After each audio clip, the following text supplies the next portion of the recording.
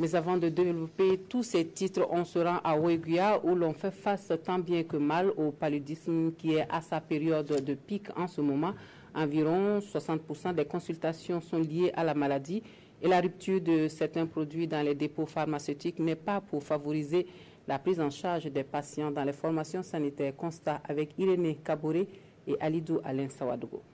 Environ 60% des consultations enregistrées par jour sont liées au paludisme dans les formations sanitaires de la région du Nord. Dans les centres de santé et de promotion sociale CSPS de Oula et de Ziga Ouyatenga, le constat est le même. Le paludisme constitue le premier problème de santé publique en cette période de pluie. Aujourd'hui seulement, si je vous dis le nombre de consultations avec le nombre de palus consultés, bon, ça fait un peu peur. Ça veut dire que le palud persiste. Seulement avec la sensibilisation, ce qui a été très bien, c'est que les gens consultent tout. Vous voyez l'enfant marcher venir, l'enfant que vous avez rencontré tout de suite, il a marché de venir. Avant, on allait aller chez les marabouts d'abord, avant l'enfant succombe, il rentre dans le coma, premier, deuxième degré, on prend vie. Mais maintenant, il consulte tout. Ça fait qu'on arrive vraiment à résoudre ces problèmes-là rapidement.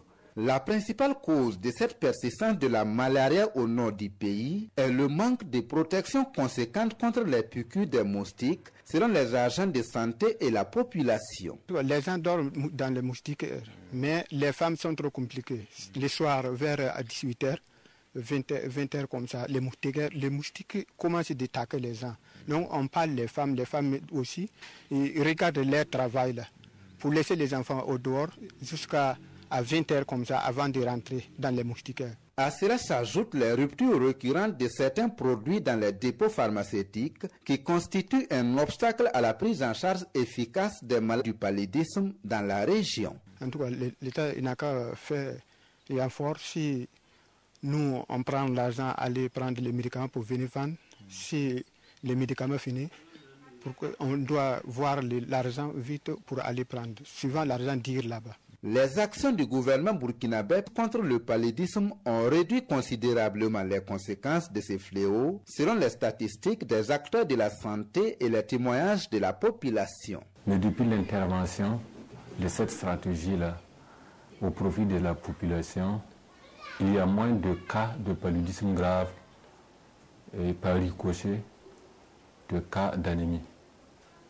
Et nous estimons que depuis le mois de juillet 2016 jusqu'à actuellement, il y a un changement notable et par rapport même au changement de comportement. Au niveau même des communautés, lorsque nous partons pendant donc la période où on donne les médicaments, ce sont les femmes même qui nous disent directement, accueillent directement donc les distributeurs communautaires parce qu'elles sont contentes, elles sont satisfaites et elles ont vu les effets l'année passée donc de la CPS. En plus des moustiquaires et les produits qu'on a reçus, nous avons aussi bénéficié d'une sensibilisation sur la propreté. Ceux qui ont mis ces conseils des agents de santé en pratique connaissent les avantages et nous remercions pour ces actions.